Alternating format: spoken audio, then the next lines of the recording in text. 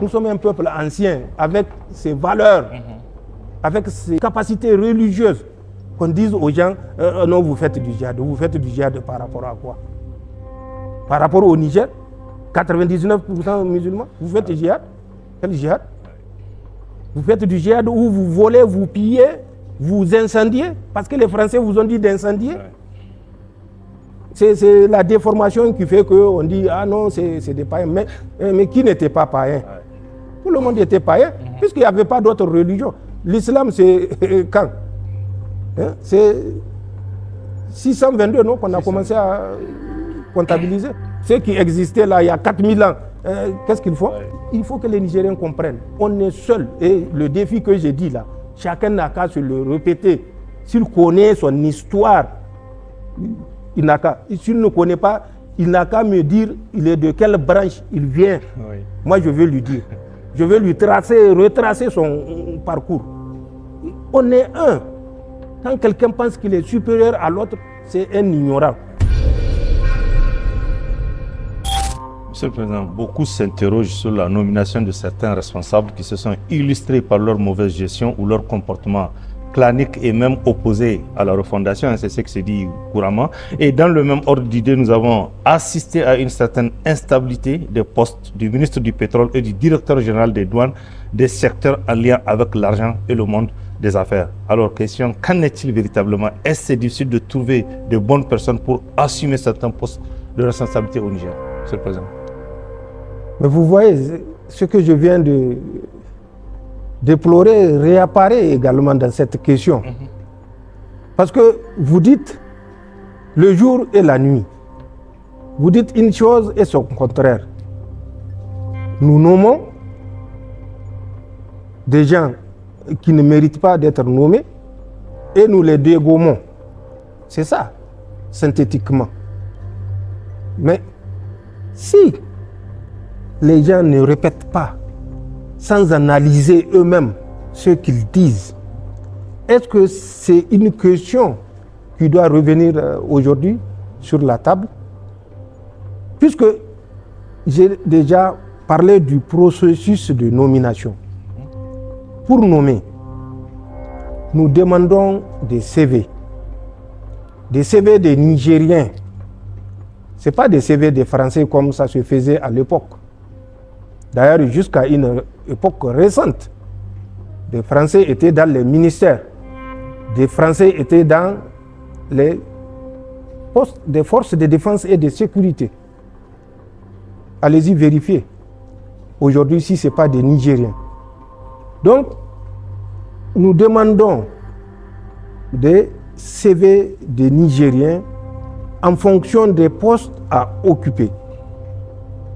Les Nigériens transmettent, je dis bien les Nigériens transmettent, je le dis et je le répète, des CV qui sont soumis à la loupe de la gendarmerie nationale, à la loupe de la sécurité d'État, à la loupe de la police judiciaire.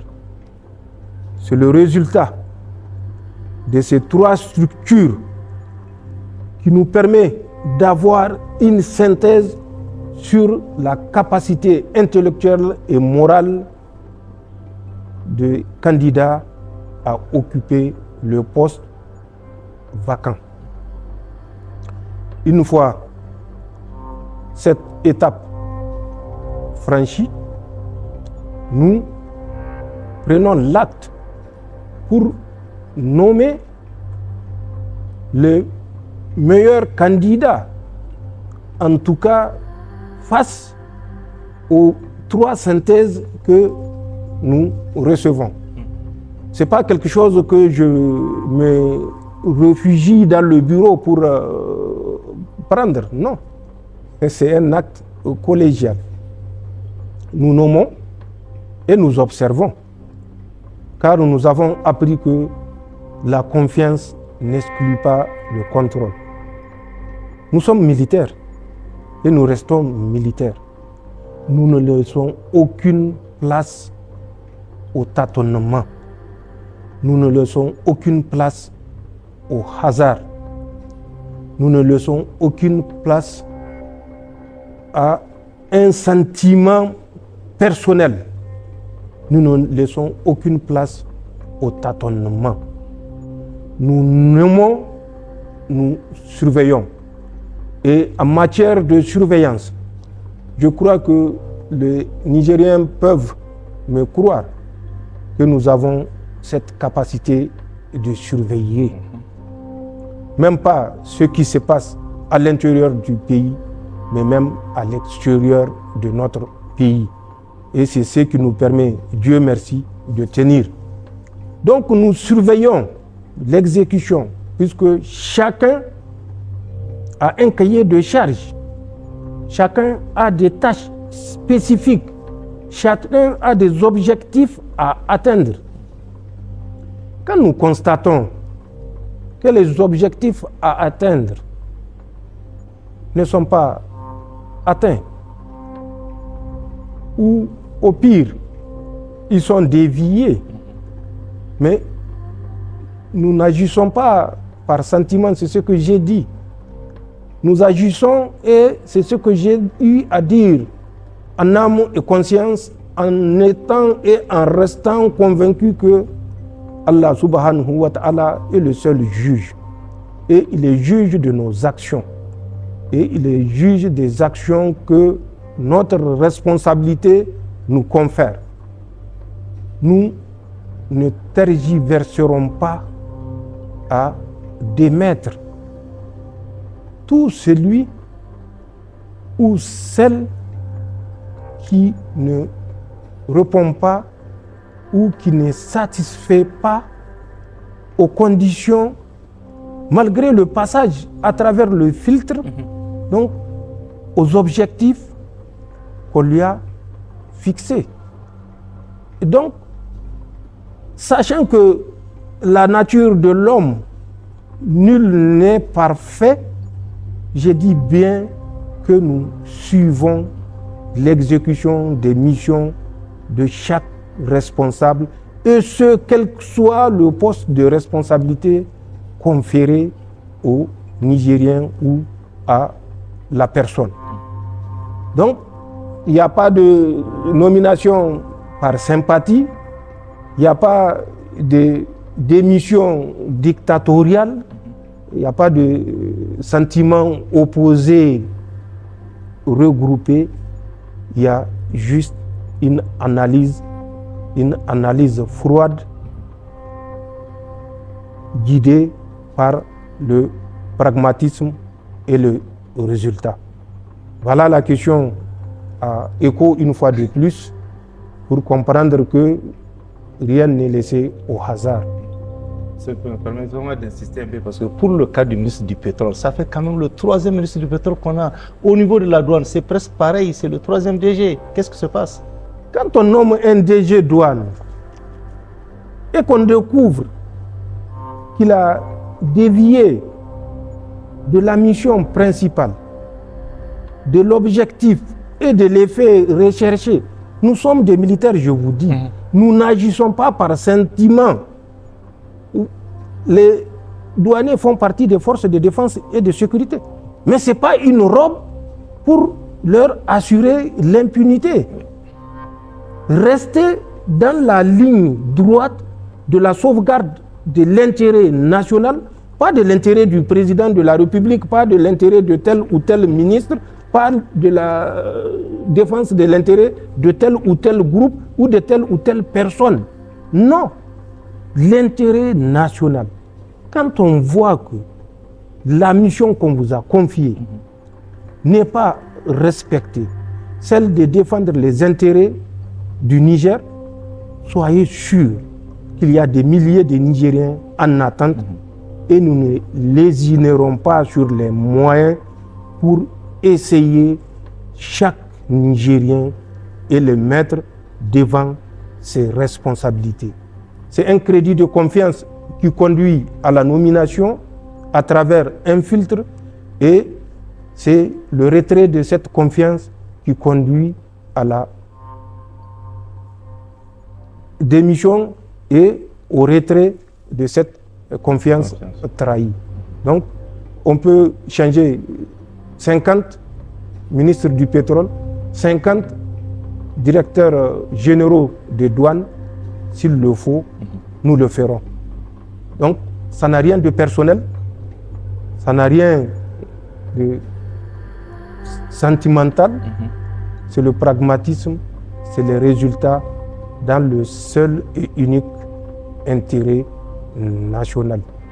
Voilà ce que je répète malgré votre insistance. C'est l'intérêt national qui guide nos actions, ce n'est pas le sentiment, ce n'est pas la familiarité.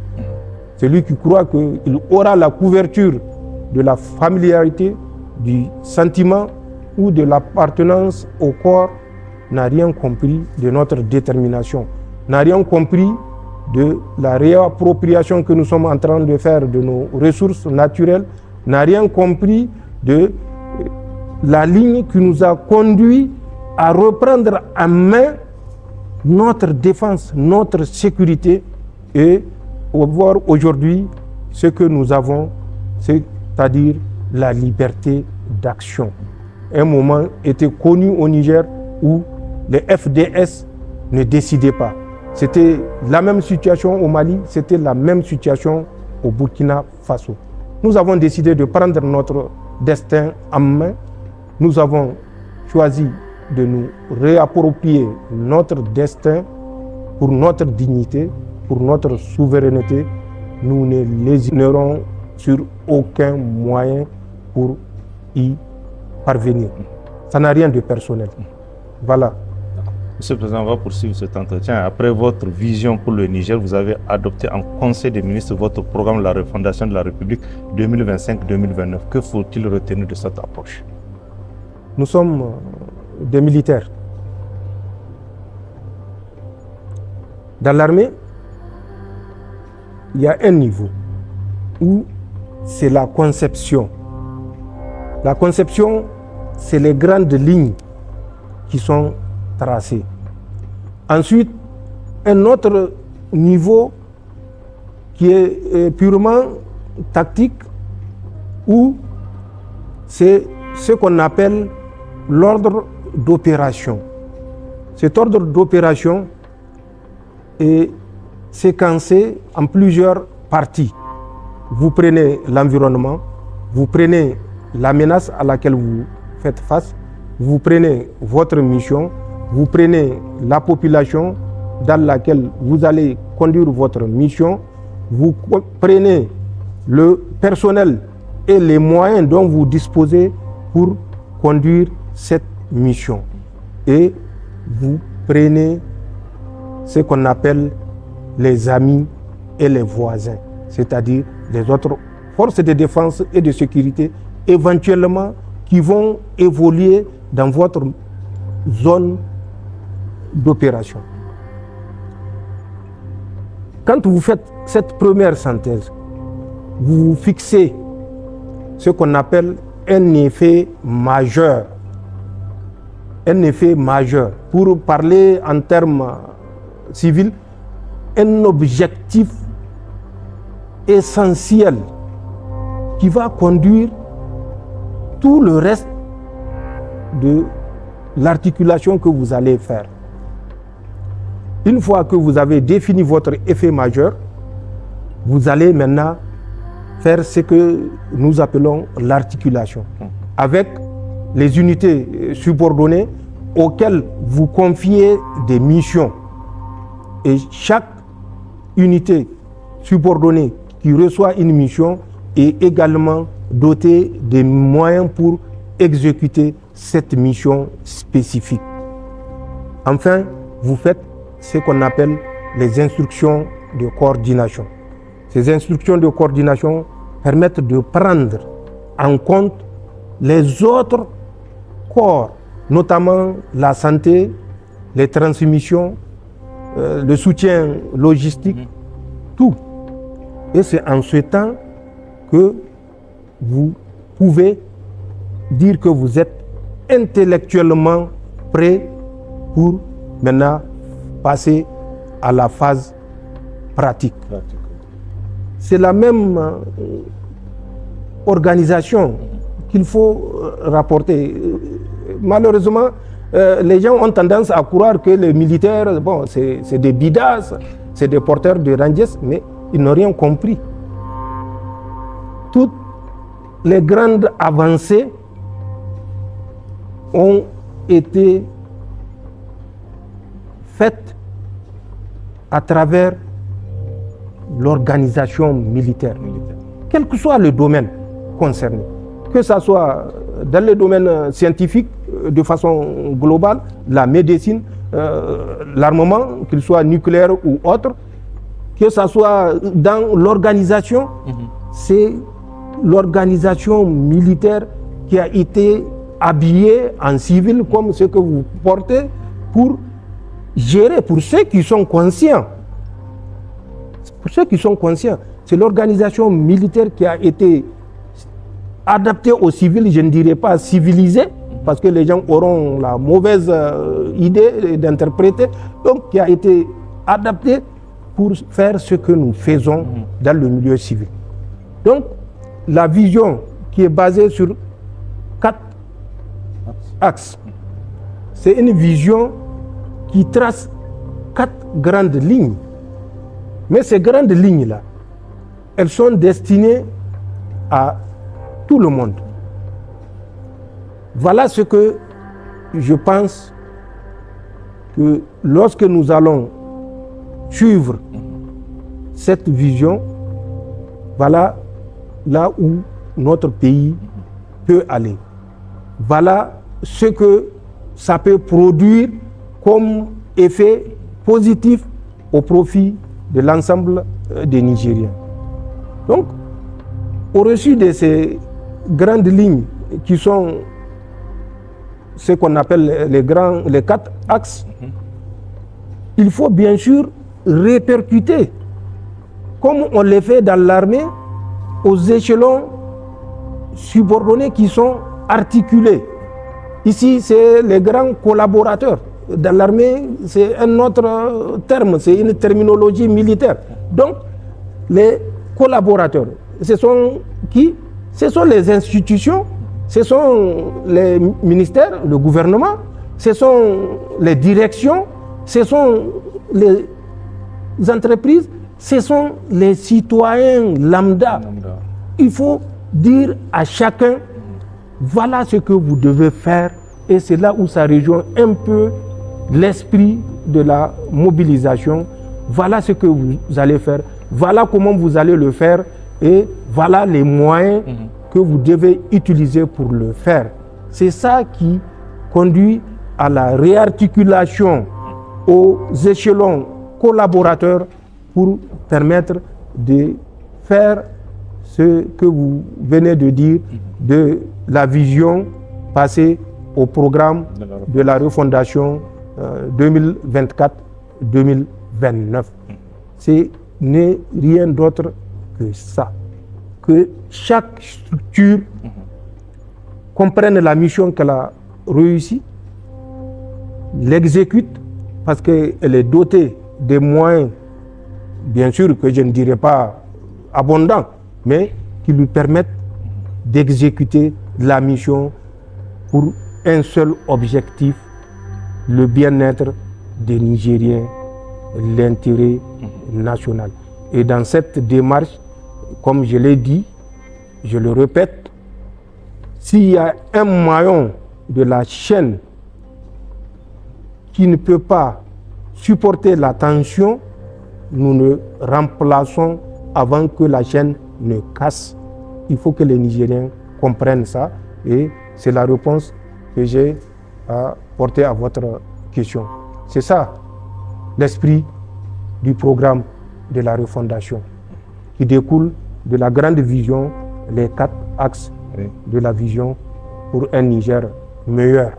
Monsieur le Président, la dissolution des syndicats du secteur a laissé entrevoir des réformes imminentes qui allaient rapidement changer les choses. Ensuite, le 12 décembre 2025, lors de la rentrée judiciaire, vous avez lancé un message fort relativement à votre vision de la justice et placé tous les acteurs devant leurs responsabilités, notamment les magistrats. Où en sommes-nous à ce jour et quelles sont les perspectives dans ce secteur important de notre vie?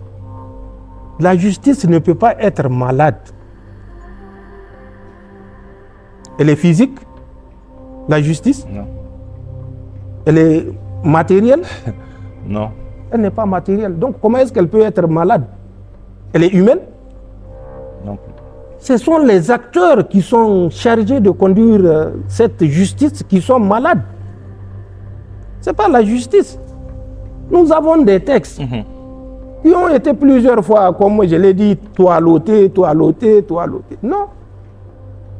Même si c'est la peau qu'on enlève, tant que le mental ne change pas, tant qu'on aura des malades au sein de notre appareil juridique, judiciaire, mais nous aurons à observer des comportements déviants.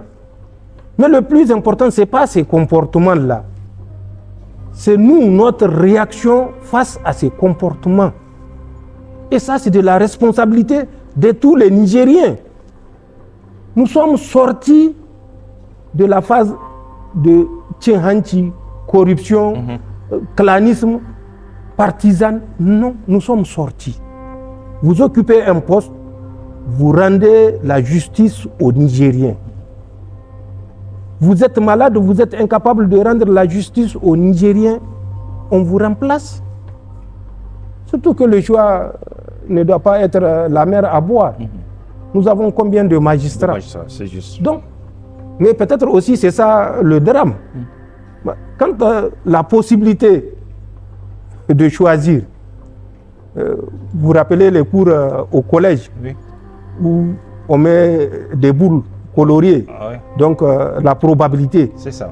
Donc quand la capacité d'avoir une gamme grande de probabilités est réduite, on ne fait que recycler. Mais on recycle au mieux. Donc, je ne vais pas rentrer dans les détails. La justice n'est pas malade. Ce sont les acteurs de la justice qui sont malades. Et je le dis parce que je le sais. Et je le sais parce que j'étais amené à prendre des actions par rapport à certains acteurs. Donc, tant que nous fermerons les yeux, tant que les Nigériens vont croire que le magistrat est au-dessus de la loi, les acteurs de la justice sont au-dessus de la loi, les membres du gouvernement ou autres sont au-dessus de la loi, nous n'irons nulle part. Le problème, ce ne sont pas nos textes, ce sont nos acteurs chargés de mettre en application ces textes. Allez-y voir les surnoms qui sont attribués à certains magistrats. Vous comprendrez l'ampleur de la tâche. Aujourd'hui, ici au Niger, Monsieur le Président? Non, des noms avec lesquels on les a trouvés. Ok. Je n'ai pas besoin de le dire. Donc, des noms avec lesquels on les a trouvés. Parce qu'il s'est distingué particulièrement par ses proportions et ses propensions. C'est ça que nous devons combattre, tous ensemble. Nous avons eu des faits divers, vous vous rappelez. Un magistrat qui a eu maille à partir avec un concurrent chez une copine et qui dit quoi? Qu'est-ce qu'il dit? Vous êtes au Niger, vous étiez au Niger, non? Vous parlez outrage à magistrat. Ah, oui, le cas qui s'est passé récemment à Difa, c'est ça? Pas récemment, il y a récemment en 2024, mais avant ça, ça avait cours. C'est des comportements comme ça que nous avons choisi d'éradiquer. Un magistrat, parce qu'il a une copine en partage avec un compatriote, pense qu'il peut prendre son véhicule et l'écraser. Ouais. Ce n'est pas un fait divers ici qui a couru pendant combien de temps? Donc c'est ce type de comportement qui gangrène la justice. Et c'est à ce type de comportement que nous devons faire face. Non pas seulement les décideurs, mais l'ensemble des Nigériens doivent les rejeter. Sinon, on ne pourra jamais circonscrire ou éradiquer. Il faut que les gens comprennent que le temps est révolu. Il n'y a pas d'outrage à magistrat en dehors du palais de justice. Il n'y a pas d'outrage à magistrat, c'est une copine. Ça, c'est fini. Si ça se passait, ça ne doit plus se passer. Il n'y a pas de perception. Nous sommes pragmatiques, nous sommes dans la réalité. La justice doit être pragmatique et être dans la réalité. Nous comprenons que les difficultés concernent tous les domaines, mais les acteurs aussi doivent comprendre que les difficultés concernent tous les domaines. Chacun serre la ceinture sans couper le bassin, mais serre la ceinture. Il faut que chacun serre la ceinture. Monsieur le Président, votre tournée a ravivé le sentiment patriotique et a renforcé l'unité nationale. C'est indiscutable. Quel message avez-vous à l'endroit de ceux qui tentent de mettre à mal notre vivre ensemble, mais aussi à l'endroit de tous les Nigériens? À l'endroit de tous les Nigériens, ce que je dois leur dire, c'est que nous sommes un peuple. Le Niger est un peuple. À l'endroit des autres, les autres, nous n'avons pas le temps pour eux. Le Niger, où les limites récentes de 60 ou de 58, quand il a été dit que c'est une république, ne reflète pas ce que c'est le Niger, ne reflète pas ce que sont les Nigériens. Depuis le Paléolithique, il y a 2 600 000 à 3 300 000 années, le Sahara du Niger était occupé. Il y a des traces humaines, des traces de vie dans le Paléolithique inférieur. Des peuples africains étaient dans le Sahara et l'Aïr nigérien. Au néolithique, ça s'est encore accru. Il y a entre 9 000 à 10 000 d'années, où des traces de pratiques agricoles ont été retrouvées après des fouilles, où des peintures rupestres ont montré que au Niger, ce qui est aujourd'hui cette République du Niger, on a dompté le cheval, la vache et par la suite tous les animaux domestiques que vous connaissez. Ils ont laissé les traces sur les peintures rupestres. On a découvert dans des vallées qui étaient les lits des fleuves qu'il y avait des vies organisées à travers des armes comme le harpon, comme les flèches, comme les poteries, comme des bracelets en bronze, en cuivre, sur le territoire national. Il y a 10 000 ans de cela. Le Niger, ce n'est pas un petit pays. Il y a 10 000 ans, allez-y voir en France, il n'y a pas d'organisation sociale. La première organisation en France remonte à 481. Moi, je vous parle de 10 000 ans. Donc, le Niger n'est pas un petit pays.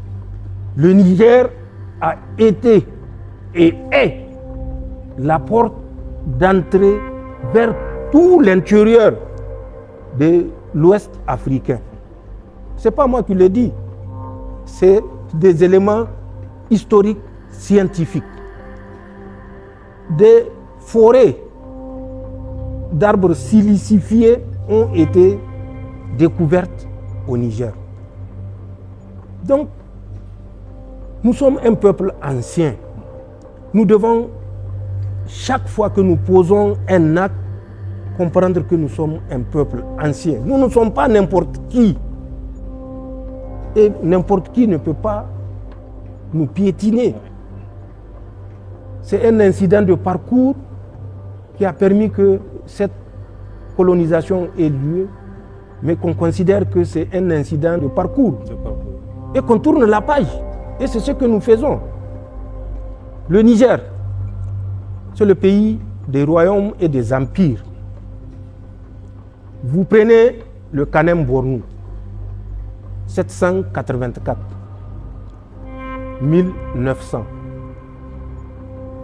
C'est l'un des plus longs règnes connus au monde en dehors du règne égyptien de l'Afrique également. Puisque nous avons un groupe, les Mazumawa, qui ont donné un pharaon en Égypte. Le Kanem Bornou, c'est depuis 784. Donc il y a eu d'autres qui ont eu le mérite de créer quelque chose, de consolider. Mais il est une référence parce que c'est le premier à avoir organisé le Kanem Bornou à travers une organisation sociale musulmane qui a fait son pèlerinage, qui est revenu et qui a introduit l'islam comme religion d'État. Après lui, il y a Dunama Di Ballami.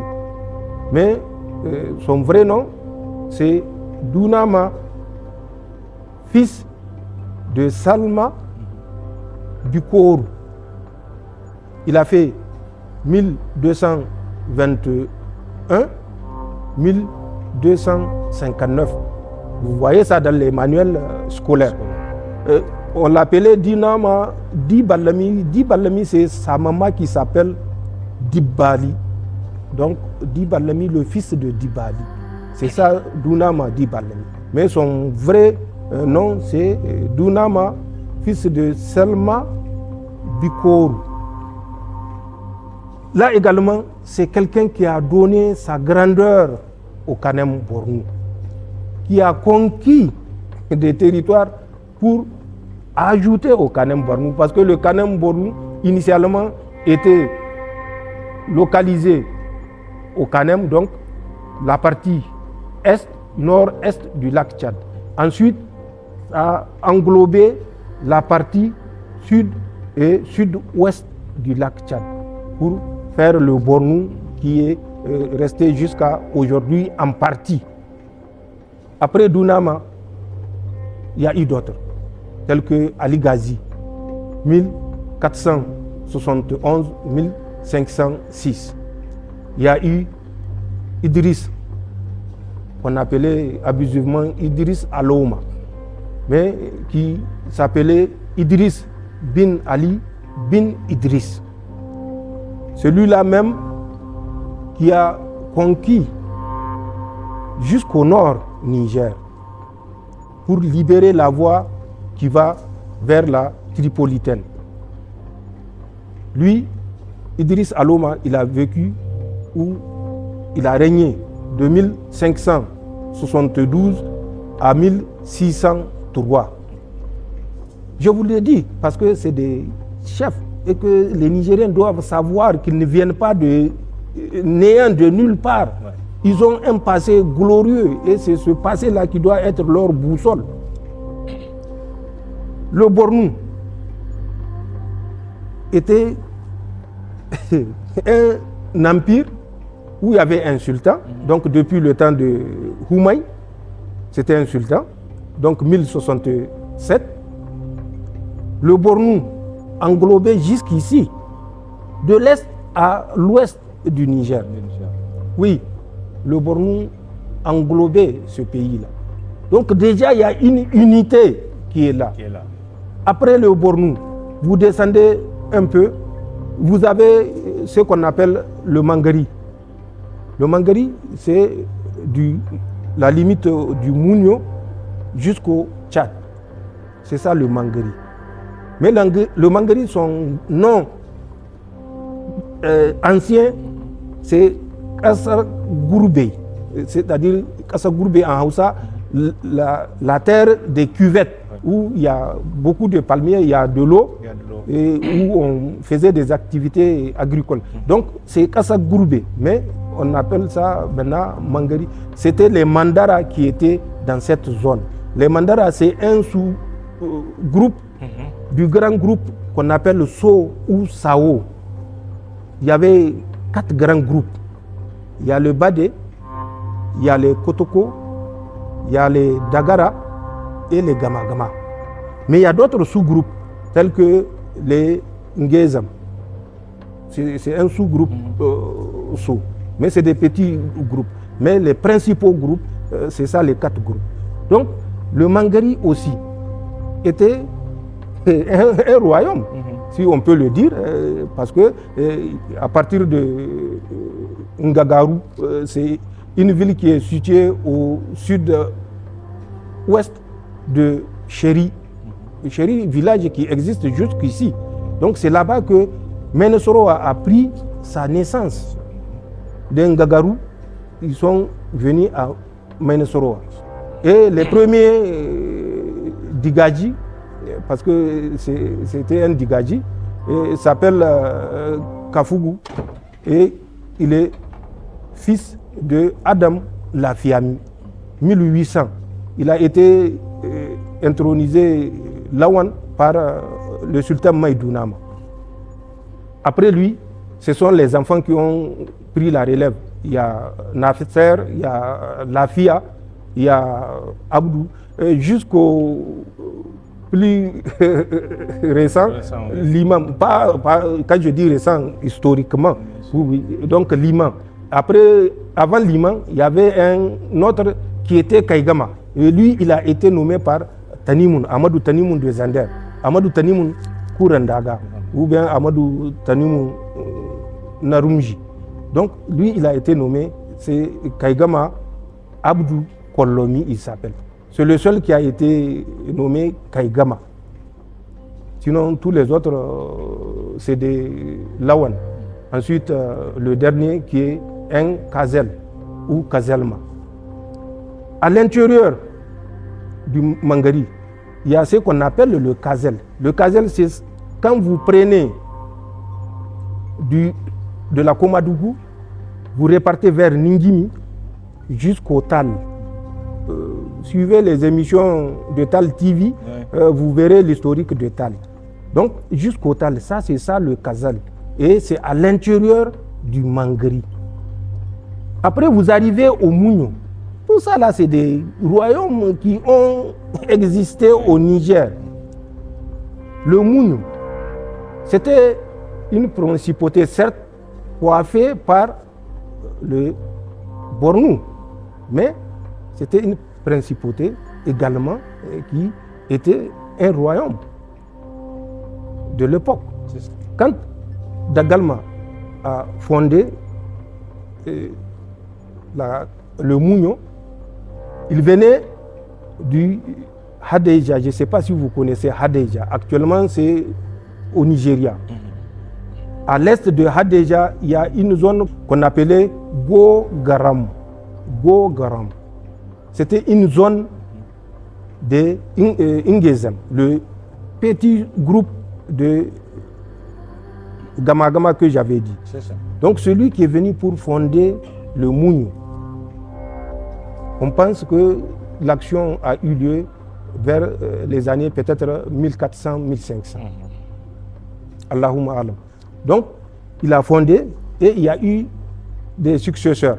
Le premier successeur, c'était un chef Mandara qui a été bousculé par ses citoyens et qui s'est réfugié à Kazergmou, puisque la capitale a été de Ndjimi. Ndjimi qui était au Kanem de l'autre côté, la capitale a été transférée à Kazergmou. Avant d'arriver à Kazergmou, vous avez la capitale à côté de Ningimi actuel, Garoumélé. Donc, il a quitté, lui, sous la pression de ses sujets, pour se réfugier à Kazergmou. Il s'appelait Saïmi. Il se trouvait que Dagalma, celui qui a fondé Mounio, faisait face à une rébellion. Parce qu'il y a des gens qui faisaient des incursions pour piller. Il est parti vers le sultan du Bornou de l'époque pour demander un soutien. Et le sultan du Bornou a mis Saïmi avec ses troupes pour l'accompagner et mater les infiltrations, les missions de razzia, comment on appelle ça, qui s'exerçaient sur ces populations. Quand il est arrivé, ils ont maté, mais Saïmi est resté. Et il a repris le règne.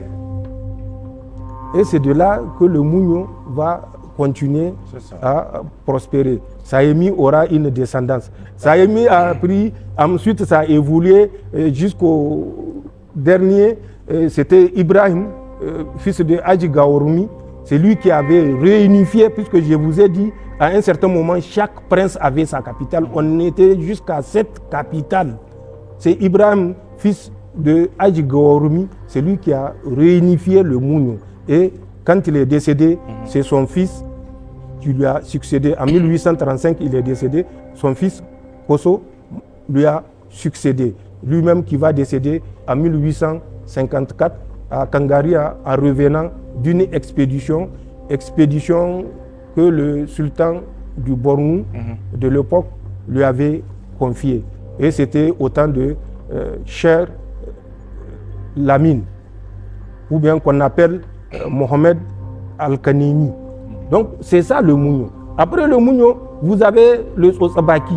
À l'origine, ce n'était pas Tsosabaki, puisque c'était de Kutumbawa qui était là-bas. Donc ils avaient leur première capitale qu'on appelle la capitale de Ganoua. Ganoua, ça remontait à 894. Donc au 9e siècle, n'est-ce pas? Au 9e siècle. Donc, Ganoua était la capitale. Il y a Mohamed Naforko qui a été envoyé en mission à partir du Bornou, Kanem Bornou.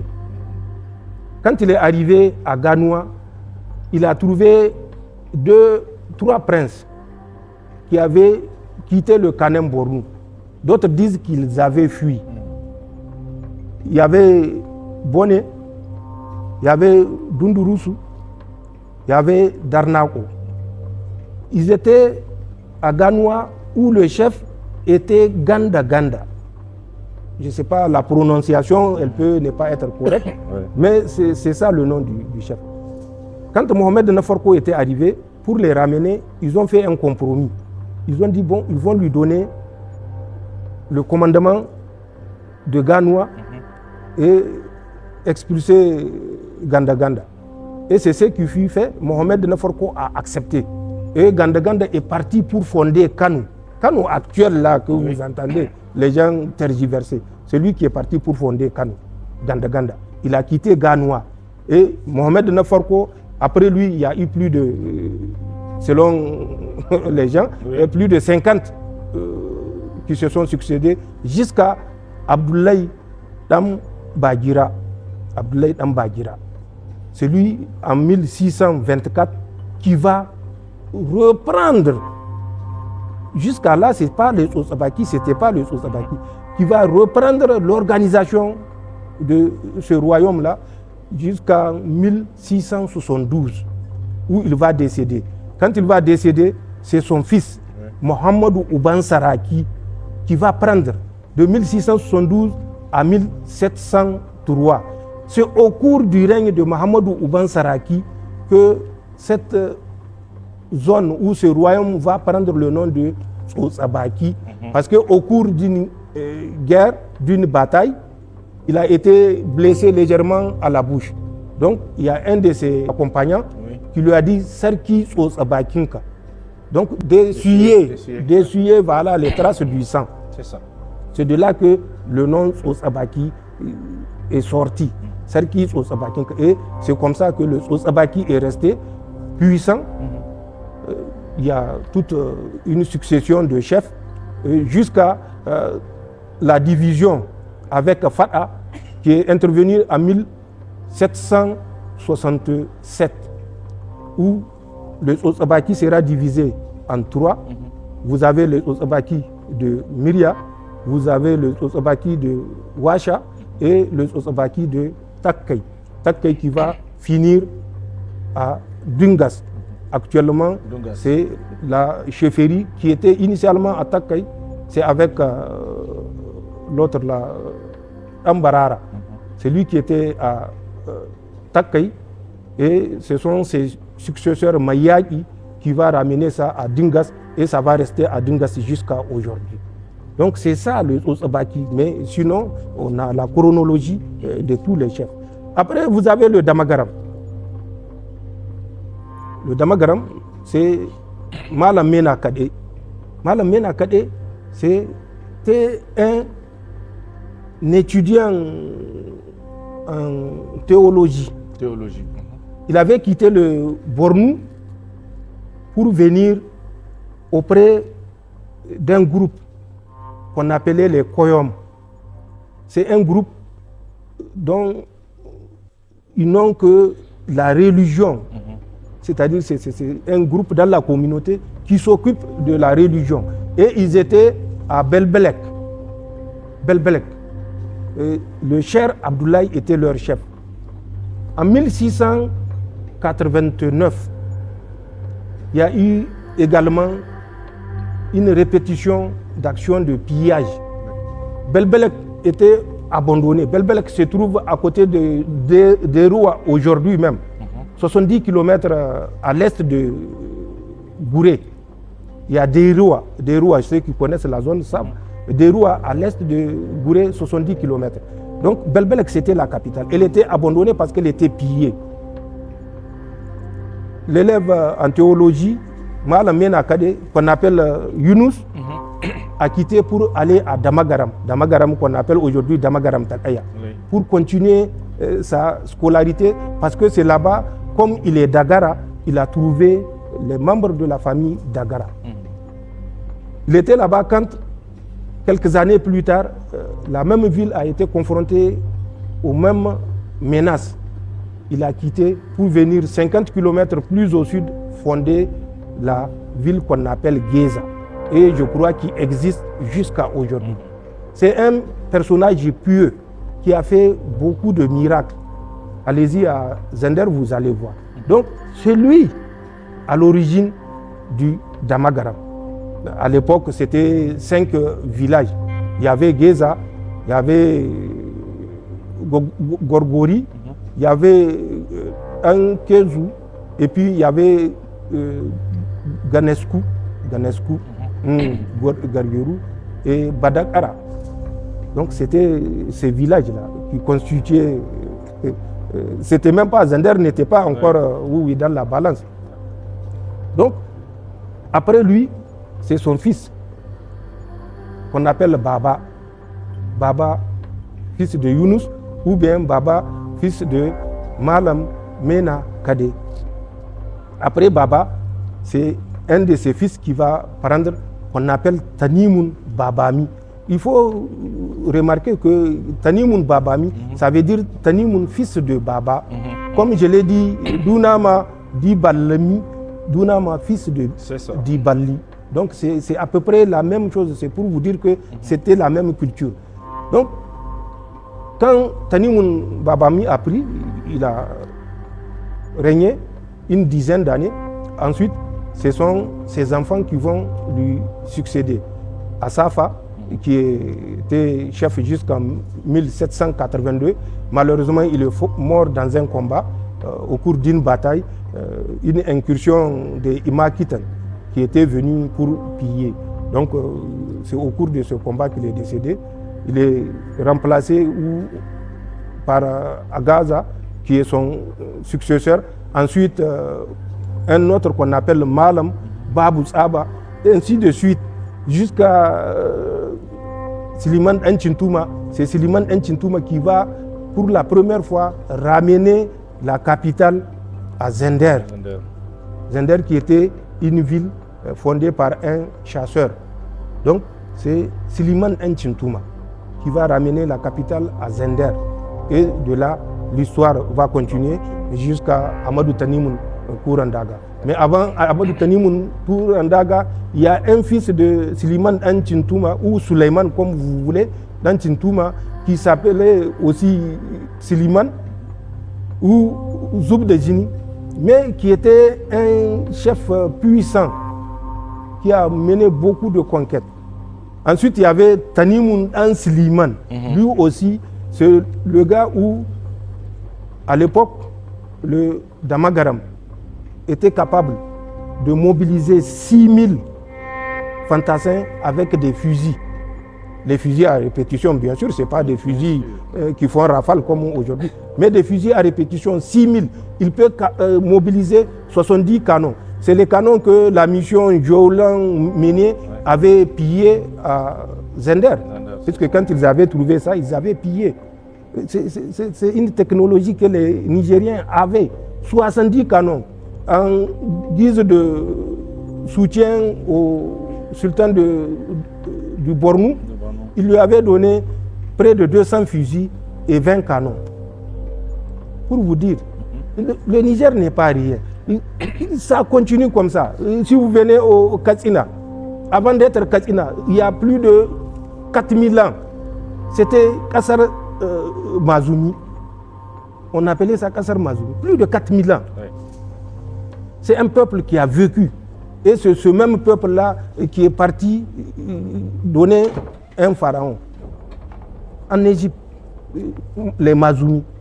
C'est la déformation qui fait qu'on dit ah non, c'est des païens. Mais qui n'était pas païen? Tout le monde était païen, puisqu'il n'y avait pas d'autre religion. L'islam, c'est quand c'est 622, non, qu'on a commencé à comptabiliser. Ceux qui existaient là il y a 4000 ans, qu'est-ce qu'ils font? C'est ça. Donc, les Mazoumi ont occupé cette zone. Après, avec métissage, ils ont donné naissance à un groupe qu'on appelle les Dourbawa, où actuellement il y a un Dourbi à la cour de Maradi. Il y a un Dourbi. Les Dourbawa ont fait leur temps à travers plusieurs dynasties. Il y a les Koumayo, il y a les Ramba, il y a les Batretre, il y a les Koro, Jirnata et Yankadari. Ensuite, la dernière dynastie de Dourbawa, c'était Sanou ou bien Jab de Yaï. Et c'est avec lui que maintenant, Mohamed Kouraou, qui est un Wangara, a pris le pouvoir en 1368. Et c'est ça qui a donné le Katsina aujourd'hui. Qu'on a Katsina là. C'est avec Mohamed Kouraou, 1368, que Katsina est né. Et on pense que Katsina, c'est le nom de Katsé, c'est lui qui a fait le fort pour fortifier la capitale Katsina. Katsina, ce n'est pas Maradi, hein. C'est Katsina qui est resté aujourd'hui au Nigeria. Oui, mais c'était la capitale qui est restée au Nigeria. Tout le reste est au Niger. Vous prenez de Katsina jusqu'au Damergou. C'était le Katsina. Donc, voilà comment le Katsina aussi a évolué. Bon, il y a plusieurs chefs, je ne peux pas m'étendre. Vous avez le Gobir. Le Gobir a connu une autre évolution. Le Gobir, les premiers, je ne parle pas des Gobir actuellement, les Gobirawa, non. Je parle de la souche noire. Il y a plus de 3000 ans, elle était dans l'Aïr. C'était le Abzin. Leur capitale, Tinchaman.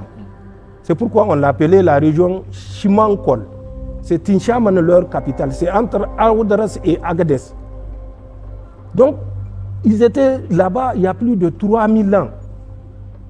La souche, je parle de la souche, je ne parle pas des apports. Par la suite, il y a eu des mouvements. Il y a les Giptawa ou les Gipti qui sont venus d'Égypte. Il y a un autre peuple qui est venu également de plus loin. Mais bon, comme en Afrique, on veut toujours se référer à l'Arabie Saoudite. Je ne rentre pas dans ces détails, je reste pragmatique. Donc il y a un troisième groupe qui est venu avec Tawa, si vous entendez Tawa. Voilà. Et quand ils étaient rentrés, ils se sont installés à Rafim Bilma. C'est là, qui connaît Bilma? Il y a la vallée de Bilma, oui. Il y a la hauteur de Bilma où il y a le sphinx à Simundur. Si vous partez là-bas, vous voulez voir le même sphinx que vous voyez en Égypte là. Il y a ça là-bas à Simoundou. Donc c'est là-bas qu'elle s'est installée. Après, elles ont progressé vers le Abzin. À l'époque, les Assoudés étaient déjà une ville. Assoudé, multimillénaire, Assoudé. Assoudé a cessé d'exister, d'avoir toute influence en 1741. Ça, c'est l'histoire. Donc, nous sommes un peuple ancien. Oui. Les Gobirawa, quand ils étaient venus, ils étaient à Chimankol, dans la région, et à Tinchama, leur capitale, j'ai dit entre Aoudres et Agadez. Ils ont quitté. Avec Tawa, ils étaient venus à Birnin-Lalé, dans le Kornaka. Birnin-Lalé, là, qu'on dit, ce n'est pas là le Héné. Birnin-Lalé, c'est la cité de la félicité. Birnin-Lalé, comme vous avez un étranger, vous lui dites Lalé, voilà, c'est ça le sens. Ce n'est pas Lalé où les gens disent Birnin-Lalé, qui attache le Héné à l'époque. Donc, c'est ça, la cité de la félicité. Et Tawa est décédé là-bas. Jusqu'ici, il y a un village qu'on appelle Kouchewa. La tombe de Tawa est toujours là. Elle est décédée là-bas. Donc, c'est ça le Gobir. Quand ils étaient arrivés, au Bornou d'abord, ils ont fait 250 ans. Ils sont arrivés dans l'Aïr, ils ont fait 250 ans. Ils sont arrivés une première fois à Ornaka Birnin-Lalé, ils ont fait 80 ans. Ensuite, ils sont repartis à Chimankol pour la même capitale Tinchaman, où ils ont fait 250 ans. Et c'est quand ils sont revenus, ils se sont installés définitivement dans cette zone, à partir de laquelle ils ont commencé à rayonner le Gobir pour aller vers l'intérieur du Nigeria aujourd'hui. Le Zamfara, ensuite l'Ader, ensuite le Kwani et le Dendi, le Kébi. C'est ça l'histoire du Gobir également. Donc, c'est pas... On n'est pas venu du néant. Nous avons un passé glorieux. Et vous partez à Kwani. Kwani, c'est toujours la même migration de la souche Gobra. Le premier chef, il s'appelle Wari. Wari, c'est le fils de Manto. Manto, c'est le frère de Tawa, la reine dont j'ai parlé de Godo. Manto, c'est son frère. C'est le fils de Manto qui s'appelle Wari. C'est lui le premier chef de Kwani. Après lui, plusieurs siècles, parce que les gens disent qu'il y a plus de 300 qui lui ont succédé, et que ceux qu'on a retenus, puisque la mémoire, les gens n'écrivaient pas souvent, et on a retenu Abdelkader qui était resté à Nadber. Nadber est un village à 20 km nord-est de Kwani. Nadber. Le village, je crois, existe toujours. Donc Abdelkader, après Abdelkader, il y a Bana, après Bana, il y a Maman Damka, ainsi de suite, Alou, Bouzou, jusqu'à Koro, ainsi de suite, Koro qui est mort en 1791.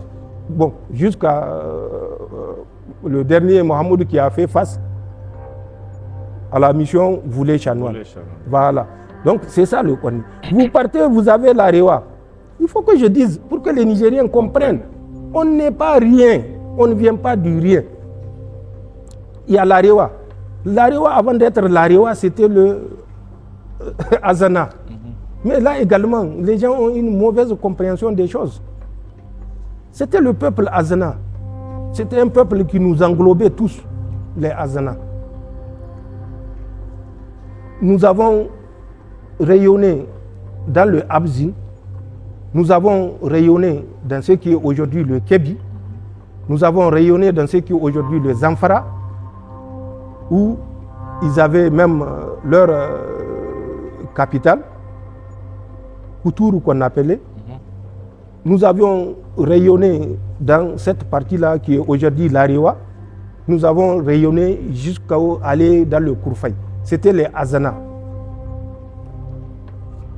Les Azana vivaient jusqu'à l'arrivée de l'enfant qu'on appelait l'enfant, le prince Harry, le fils de l'autre Kulumbu, n'est-ce pas, Harry.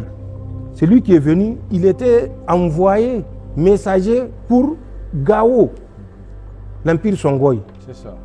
Donc, certains pensent que c'est vers 1500, d'autres pensent que c'est un peu plus tôt. Mais l'un dans l'autre, il va s'arrêter à Bagaji. où il va marier une fille de Bagaji. Et il aura un enfant qui va porter le nom de Akazama, parce qu'il va le laisser là-bas. Akazama, lui aussi, quand il va grandir, il va aller chercher son père au Bornou.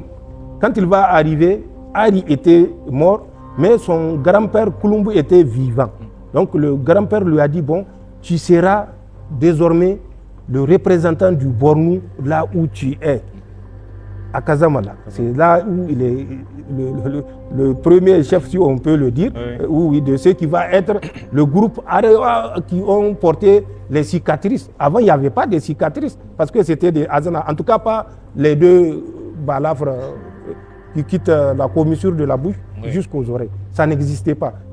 Les premiers, c'était avec Akazama. Donc, et c'est là où le peuple maouri a pris son naissance et formé un royaume puissant qui a rayonné avec des chefs. Akazama, il va se marier à Mantou. Mantou, c'est une fille de Bagaji. Il va se déplacer pour aller à Toulou. Il va s'installer à Toulou. Ils auront un enfant, Salma. C'est Salma qui aura plusieurs enfants, dont Kada, Koli et Gagara, et qui vont être aussi des chefs dans la chronologie, sauf Gagara qui va quitter parce qu'il a eu des démêlés avec son grand frère Kada. Il va quitter pour aller s'installer dans un village Kourfayawa qu'on appelait Nasarawa. Je ne sais pas si Nasarawa existe ou non, mais c'est là-bas que Gagara va partir. C'était un village qui était occupé par des Azana Kourfayawa. Après eux, d'autres vont suivre, tels que les Maïnasara, les Al-Barka, les Mohammed, les Bachoua, il y a l'autre Baboloma qui est connu. Ensuite, il y a Barba. Ensuite, il y a Kabrin Kabran et tous les autres, Tamo. Ensuite, Debokoy. C'est la succession pour vous dire que ce n'est pas rien. On descend. L'Ader. L'Ader n'était pas l'Ader. Le premier nom, c'est un peuple ancien, Azana. C'était le Darey. C'était le Darey jusqu'à 1674, où Agabba, le fils de Mohamed Al-Mubarak, lui-même fils de Youssouf, va venir conquérir le Darey. Il y a eu tout un enchaînement d'événements qui vont conduire, puisque avant, ce que je n'ai pas dit, que ce soit le Darey, que ce soit le Abzin, payer l'impôt au Kébi. Abzin là, on quitte le Abzin avec du sable, de l'eau, pour amener comme impôt à Kébi, au Kanta de Kébi. Donc, il y a eu une succession d'événements qui ont fait qu'en 1674, après 3 tentatives conduites par Abbasi, qui devait occuper le Darey, il a échoué. Agabba a demandé à son papa, Mohamed Al-Mubarak, la permission d'aller lui-même conquérir le Darey. Et c'est là où il est venu en 1674. Il a battu le Serkin Darey à Tassek, il l'a tué. Le Serkin Kébi, le Kanta Suleiman, il s'appelle, qui était venu à renfort, a été battu au moment de la traversée d'une rivière qu'on appelle la mare de Koido. Il s'est noyé. C'est là où on a donné le nom maintenant à Ader, le nom Ader. Sinon, avant, c'était Darey. Et c'est à partir de 1674 où la capitale sera installée, Birni Ader, entre Gorom et Tarwada. C'est non loin de Tamaské. C'est là où on va placer la première capitale de l'Ader, avec Agabba comme premier Sarkin Ader. Après lui, c'est son fils Damo, Mohamedou Damo, qui va lui succéder. Après Mohamedou Damo, c'est le frère de Mohamedou Damo qu'on appelle Baba, qui va lui succéder. Et ensuite, le fils même de Mohamedou Damo, Al-Mustafa, qui va succéder, ensuite ainsi de suite, jusqu'à l'éclatement avec Yacouba qui va transférer pour la première fois la capitale à Ilela. Oui, Ilela là d'aujourd'hui. C'est Yacouba qui va transférer la capitale à Ilela. C'était ce qu'on appelait le Folokom. Le Ader là était divisé en trois. Il y a le Folokom, il y a l'Ader d'Outi et il y a l'Ader oriental. Le Folokom, c'est quand vous prenez de Mogur jusqu'à Oni. Ça, on appelait ça le Folokom.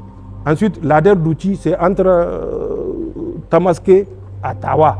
Cette bande-là, c'est l'Ader d'Outi. Ensuite, l'Ader oriental, c'est là où vous avez Bouza et Kreta. Et à la tête de chaque compartiment, c'est un, comment on appelle, Lisawan. Puisque lui, quand il venait, Mohamed, l'autre Agaba, il est venu avec des Lisawan. Donc c'est ça l'Ader. Avant d'être l'Ader, c'était le Darey. Et là également, c'était des royaumes puissants. Ensuite, vous descendez à Dosso, même si c'est un peu plus récent. Mais c'est également la même chose. Dosso, c'est la suite de la grande migration qui a quitté Dirma entre Tombouctou et Djéné, qui est venu à Gao dans les années 1490. Gao avec Adjersé, parce que Sambo, son père, n'a pas atteint Gao. Il est décédé à Tilibamba. Mais le conducteur de la migration de Dirma entre Tombouctou et Djéné s'appelait Alpha Oumarou. Après lui, c'était Ibrahim. Après Ibrahim, c'est Tougagou qui lui a succédé. Après Tougagou, il y avait un autre qu'on appelait Djarmalé. Ensuite Dawale. Ensuite Sambo. Sambo, c'est lui le père de Adjersé Sambo qui va décéder à Tilibamba. Et Adjersé qui va conduire la migration jusqu'à Gao, où ils étaient même considérés comme des corps d'armée de l'armée de Askia. Quand il attaquait le Borgou, il y avait un corps d'armée germain avec eux. Quand il partait en 1515 pour envahir Agadez, rappeler Agadez, puisque Agadez était déjà le Abzin dans leur souveraineté, comme Agadez était sous la coupe du Bornou. Donc, quand il partait, il avait également un corps armé. Donc, c'est ça le Niger. Mali Bero n'est pas né à Adramboukan. Quand les gens disent que c'est lui qui a levé une sorte de Daba, non, lui, il est né à Saptaka. Saptaka, c'est ici entre l'Anzourou et ce qui est devenu aujourd'hui le Zarmaganda, puisque à l'époque, le Zarmaganda n'existait pas. Donc, c'est là-bas qu'il va naître, Saptaka, Mali Bero. Son père s'appelle Mane, il a un surnom Ramou. Il a un frère qu'on appelle Molomboti. C'est le fils de Tatou. Tatou même, c'est le fils de Adjersé. Adjersé, c'est lui qui a conduit leur mouvement jusqu'à Gao, au décès de leur papa, Sambo, et qui va conduire encore la migration jusqu'à la sortie de Korkandi. Et maintenant, c'est Adjersé qui va être jusqu'à une ville qu'on appelle Douskoudji. À partir de Douskoudji, c'est Tatou, le fils, qui va prendre la migration jusqu'à Adramboukan. Voilà la migration. À partir de Adramboukan, Molomboti, le frère de Mané, ils vont tous naître à Adramboukan. Dodia, c'est un peu à hauteur entre le mouvement et la mare qui est toujours là. Et c'est là-bas qu'ils vont naître. Mané va quitter pour venir à Saptaka. Mané. Et c'est lui qui va donner, on l'appelait aussi Ramou, c'est lui qui va donner naissance à Mali Gamandouguza. Et Mali Gamandouguza sera le père de Boukar Kolombi ou Boukar Lolo Bouki. C'est lui, le fils de Mali Gamandouguza. Donc c'est ça, Dosso, la suite. Le Songoï, pour boucler la boucle. Le Songoï. Le Songoï, les gens refusent leur passé. Le Songoï n'est pas né là où il est aujourd'hui, c'est-à-dire le Songoï en amont, vers, c'est pas Tilaberi jusqu'à Gao. Non. Avant le Songhai, le mot Songhai même, c'est en 1510 qu'on a commencé à utiliser le mot Songhai. Avec qui? Vous entendez Tariq Al-Fetta. Tariq Al-Fetta, c'est Mohamed Kati, celui qui va utiliser le mot Songhai pour la première fois. Comme l'Aïr d'ailleurs. L'Aïr, c'est en 1526 avec Léon l'Africain, de son vrai nom, Hassan Al-Wazan. C'était un Marocain. C'est le père de la diplomatie, Hassan Al-Wazan. Il revenait du pèlerinage, il a fait ses études en théologie, il partait en pèlerinage. Au retour, il a été pris en otage par les chevaliers de Saint-Jean. Un certain Pedro de Bobadilla. Pedro de Bobadilla. Bobadilla, c'est une ville espagnole. Il va prendre en otage Hassan Al-Wazan et il va prendre le nom de son maître parce qu'ils vont l'offrir au pape Léon de Médicis. Et lui, il va être Léon l'Africain. Mais c'est au pape Léon de Médicis qu'on va le donner en captif. C'est lui Hassan Al-Wazan et c'est lui, Léon l'Africain, c'est lui le père de la diplomatie. Il a tourné dans tous les pays du monde lors des grands événements. Allez-y, mettez Hassan Al-Wazan ou Léon l'Africain et vous verrez sa biographie. C'est ça. Donc c'est lui qui va mettre Aïhir pour la première fois, sinon c'était le Abzin en 1526, puisqu'il était venu jusqu'au Abzin, Léon l'Africain. Donc le Songhai a ses origines entre notre Dandi origine d'aujourd'hui là, Dandi là vers Gaya, jusqu'au Kébi, jusqu'au Zamfara, jusqu'au Sokoto. Tout ça là, c'était le Kébi ancien, de l'origine même des premiers Tianga. L'histoire là, il faut être fier de son passé. On rapproche le Songhai à un Lamta venu du Yémen. Quel Yémen? Le Songhai, 664, pour ceux qui le délimitent le plus tôt. 690. Mais avant 690, là, où était le Songhai? Le Songhai était là, dans le Kébi aujourd'hui, entre le Dandi Niger et le Kébi du Nigeria. C'était là-bas la souche du Songhai. Et pour preuve, Soni Alibert, l'un des plus grands chefs reconnus, il est né où? À Biro. Biro qui va être après rebaptisé Walata. C'est de l'autre côté de Gaïa, à l'intérieur de ce qui est aujourd'hui le Bénin. Il va quitter Farou. Ce n'est pas lui qui va quitter, sa maman. Parce qu'ils se sont mutinés contre le roi de l'époque.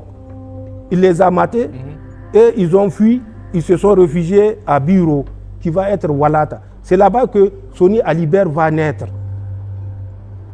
Les gens pensent que c'est dans les années 1420 comme ça.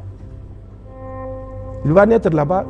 Il va être un bon guerrier. Et il va retourner à Farou, puisque la capitale était à Farou. Il va retourner à Farou et s'enrôler dans l'armée royale. Quand il va être mûr, il va faire ses preuves. Il va décider de rejoindre son père, la famille paternelle, qui était déjà à Gao. C'est ça qui va faire que Soni Ali Ber va quitter pour aller à Gao. Et il va prendre le pouvoir en 1464 pour décéder le 23 octobre 1492. Il revenait du Mossi d'une expédition.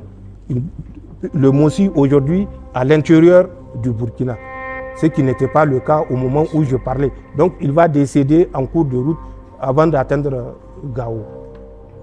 Le Songhai a ses origines.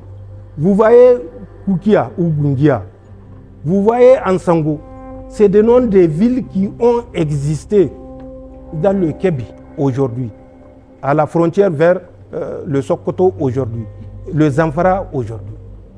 Ce sont ces mêmes villes-là qu'on a rebaptisées. Et comme quand les gens quittent, par exemple, si vous quittez, vous partez dans un pays voisin, vous ramenez votre quartier Zongo, c'est la même chose. On a rebaptisé Kokia ou Gungia ou Kumbia. Ensuite, on a baptisé Ansongo. Tout ça là, c'était des villes qui existaient de ce côté. Le dernier, Askia Isiak. On ne parle pas du Soni qui a quitté là-bas pour aller à Gao. Askia Isiak, quand il a été défait, une première fois, le 12 avril 1592, n'est-ce pas? Ensuite, 591, le 12 avril 1591. Ensuite, une deuxième fois, le 14 octobre 1592, toujours. La première, c'est à Tondibi. La deuxième, c'est dans un village qu'on appelle Bamba. C'est là-bas où l'armée Songhai a été défaite pour la deuxième fois, 14 octobre 1591. 1591, pas 92, 1591. Quand il sera défait, il va quitter Gao, donc la région de Gao, pour se réfugier au Kébi. C'est arrivé à Tara, le village existe jusqu'ici. C'est là où le Kanta de Kébi lui a dit non, il ne l'autorise pas à rentrer au Kébi. S'il ne sait pas que c'est la famille là-bas, pourquoi il va partir là-bas? Askia Mohamed Touré, qui a renversé le Chibarou, le fils de Soni. Je vous ai dit, Soni est décédé le 23 octobre 1492. C'est son fils qui lui a succédé. On l'appelait le Chibarou, parce que c'était la dynastie des Soni à l'époque. C'est son fils qui lui a succédé. Et ce fils-là, Chibarou ou bien Da Manzon. Da, parce que la première dynastie, c'était des Za ou des Da. Oui. Donc, Da Manzon, c'est le fils de Soni Alibert, qu'on appelait le Chibarou. C'est la dynastie de Soni. C'est Askia Mohamed qui va le renverser le 3 mars 1493 à Angou. Oui. Le combat aura lieu à Angou, 3 mars 1493, et Chibarou sera défait. Quand il sera défait, il va rentrer, pour ce qui est aujourd'hui le Niger, dans la région de Aïrou. Il va essayer de reprendre son règne pendant à peu près 10 ans, jusqu'en 1500 où il sera définitivement battu. Ses compagnons vont se réfugier pour une partie dans l'Anzourou actuel. Oui. C'est ça, c'était ceux qui étaient avec le Chibarou, le dernier Soni. Oui. C'est eux qui se sont réfugiés dans l'Anzourou. Ensuite, vers Saya, là-bas, en allant vers Terra. Et ils vont rayonner dans toute cette zone-là à travers un point de passage qui était Goté. À l'époque, Goté était un point de passage. Donc voilà un peu ce que c'est le Songhai. Et le Songhai avait des attaches d'origine avec les Tianga du Kébi. Les Ki et les Nga, c'est la même chose, c'est Tianga. Nous devons être fiers de notre passé. C'est pour vous dire que les Nigériens qui m'écoutent et pour lesquels j'ai pris ce temps pour noter et reprendre notre histoire, notre passé, du paléolithique au néolithique à aujourd'hui, où en ce temps, la France là, dont ils se font les messagers n'existait même pas. Il faut écouter Cheikh Anta Diop. Le premier Cro-Magnon date de quand? De moins 20 000 ans. Le premier Cro-Magnon, c'est l'espace blanche aujourd'hui. Oui. Le premier date de moins 20 000 ans. Moi, je vous ai dit, le Niger, il y a 2,6 millions. Quand on prend le paléolithique supérieur, que le Niger, on avait trouvé des traces humaines, je ne dis pas des traces animales, des traces humaines qui ont mené des activités, qui avaient des harpons. Et quand on descend maintenant dans le néolithique, c'est encore plus florissant. Donc, on n'est pas rien. On n'est pas rien. On a un passé. Il faut pas que les gens se laissent influencer par des petits mesquins qui n'ont aucun passé, qui n'ont aucune gloire à retracer leur passé. Nous ne sommes pas moins que rien. Nous n'avons pas été moins que rien. Il y a des millions d'années, ou il y a des dizaines de milliers d'années. Ce n'est pas aujourd'hui que quelqu'un va penser que le Niger, c'est le pays le plus pauvre. Qui t'a dit? Le Niger n'est pas le pays le plus pauvre. Oui. C'est tout. Que les Nigériens comprennent, ils ne sont pas rien et ils doivent être solidaires. Aujourd'hui, je défie quiconque de se retirer seul, j'ai dit, dans un coin de sa maison, qu'il s'assure même aucun de ses enfants n'est à côté, qu'il se mette à citer son grand-père 1, son grand-père 2, son grand-père 3, son grand-père 4, son grand-père 5, s'il peut faire 10, et qu'il ne trouve pas un croisement, ils viennent me le dire. Vous prenez de l'ouest ici, là, jusqu'à l'est. Il n'y a pas un peuple qui est sur ce territoire aujourd'hui qui n'a pas vécu il y a au moins 300 ans. Au moins 300 ans de vie commune. Sinon, c'est 2000 ans, 3000 ans, 4000 ans pour certains. Comment est-ce que vous pouvez dire que vous êtes le meilleur? Le meilleur par rapport à qui? J'ai oublié les peuples ici à Djaladjo. Le peuple de Djaladjo vient de Massina. On les appelle les Djaladjo. La première migration date de 1250. À Djaladjo ici, ce n'est pas la migration récente de 1800 avec Mohamed Djaladjo qui est venu. Lui-même, il est venu dans la suite de l'ancienne migration dont il a entendu parler. Mohamed Djaladjo, celui qui a laissé son fils Ibrahim Mohamed Djaladjo, qui était au pouvoir au moment où Montaigne en 1891 était arrivé et avec lequel il a signé un accord de protectorat le 12 août 1891. Montaigne, dont il y avait le monument à côté du commissariat central. Aujourd'hui, la place Thomas Sankara. Il a trouvé Ibrahim Mohamed Djaladjo. La migration Djaladjo date de 1250. C'est des peuples. Les Torodo, du Torodi. Leur migration, oui, remonte à 1300. C'est la grande migration des Dem qui ont continué, où Ousmane Danfodio, qui était à la cour de Bao Jangorzo, un prince de la cour de Bao Jangorzo, dans le Gobir, Ousmane Danfodio était un prince, parce que c'est lui qui a la maîtrise de l'écriture. Il a été formé à Agadez, Ousmane Danfodio. Donc il savait écrire et il était comme prince à la cour de Bao Jangorzo, de Serkin Gobir, de 76, je crois, à 84, si j'ai bonne mémoire. Donc c'est pour vous dire, oui. Il n'y a pas quelqu'un, le Toro, il s'appelle Dele, celui qui les a conduits pour qu'ils s'installent. Toro, littéralement, il paraît, ça veut dire que c'est lui qui fait ses prières assis. Comme c'est des musulmans, donc avant, ça ne court pas sous tous les toits, donc on les qualifiait de ceux qui font leurs prières assis. C'est ça le mot Toro. Mais sinon, c'était des gourmandiers. Les gourmandiers, les Moussi, étaient à la rive gauche du Niger.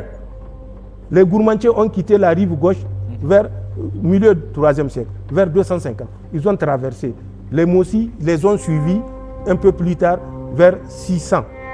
Eux aussi, ils ont traversé. Sinon, avant, on appelait plus tard cette zone-là le Diamare, de la Sirba jusqu'au Diamongou. C'était les Moussi et les gourmandiers. Ensuite, les peuples sont arrivés. La première migration, je vous ai dit, 1250, avec les Djaladjo qui se sont installés à Djaladjo aujourd'hui, Djaladjo toujours, et la deuxième vague, les Dem, qui ont quitté un peu vers le Massina aussi, et d'autres ont quitté le Tekrou pour venir et continuer. Et c'est la même migration qui a continué pour aller vers le Gobir, vers le Katsina, qui a continué jusqu'à l'Adamawa. C'est les mêmes Dem qui ont continué jusqu'à l'Adamawa. Sur le fleuve Benoué, c'est eux qui sont là-bas.